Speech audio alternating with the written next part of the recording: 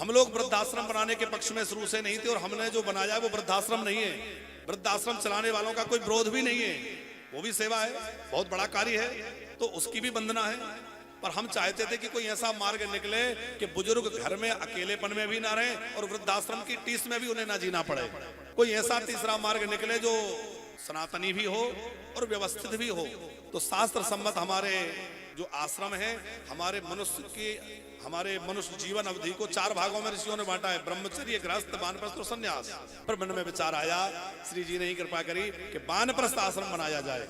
वानप्रस्थ का मतलब है आप अपनी जिम्मेवारियों से मुक्त हो गए, बच्चों के शादी ब्याह कर दिए, बच्चों का पढ़ा लिखा के नौकरी धंधा शादी ब्याह सब कर दिया, अब वो अपना बिजनेस में लग गए, नौकरी में लग गए, हम फ्री हो गए, रिटायरमेंट हो गया, अब क्या करें? बोले अब किसी भगवान के धाम में तीर्थ में जाके भजन करें।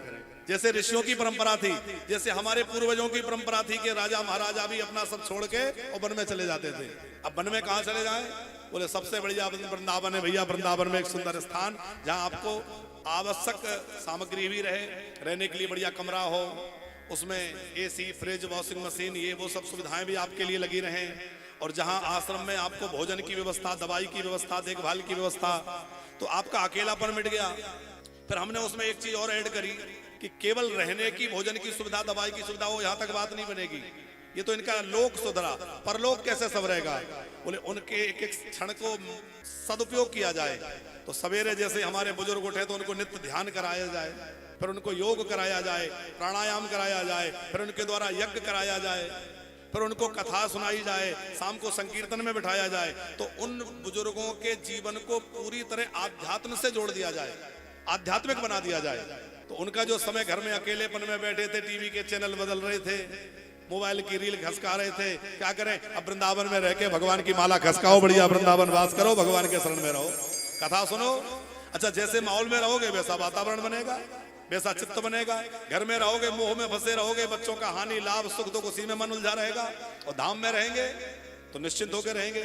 कई लोग ऐसे हैं जो उपेक्षा सह रहे हैं, बच्चे उनको दुत्कार रहे हैं, तमाम उपेक्षा हो रही है, अवहेलना हो रही है, फिर भी पढ़े। कुछ तो मोह नहीं छूटता और कुछ विकल्प नहीं मिलता।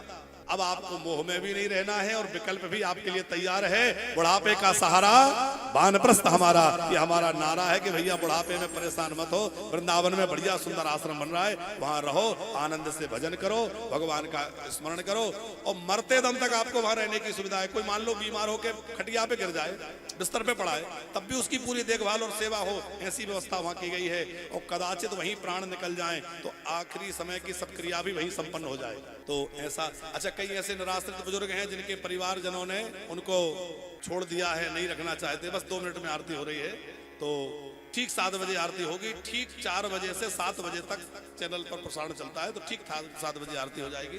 तो ऐसे बुजुर्ग हैं जिनके बच्चों ने उनको त्याग दिया, माताएं भी हैं और ऐसे बुजुर्ग भी हैं, तो उन लोगों के लिए निःशुल्क रहना, निःशुल्क भोजन, निःशुल्क दवाई, निःशुल्क उनकी सारी व्यवस्था वानप्रस्थ में होती है। तो जो लोग भी आपके आसपास भी कोई ऐसे बुजुर्ग हैं कि आप देखते हैं कि उनके पास कोई देखने वाला, रखने वाला नहीं है, तो आप भी उनको वानप्रस्थ का पता दे के भेज सकते हैं। जो लोग इस समय संस्कार चैनल, सत्संग चैनल के माध्यम से देख रहे हैं, वो लोग भी इस बात का ध्यान रखेंगे। और जो लोग वृंदावन वास करना चाहते हैं वो अपना एक कक्ष रह करके वहाँ वृंदावन में वास भी कर सकते हैं।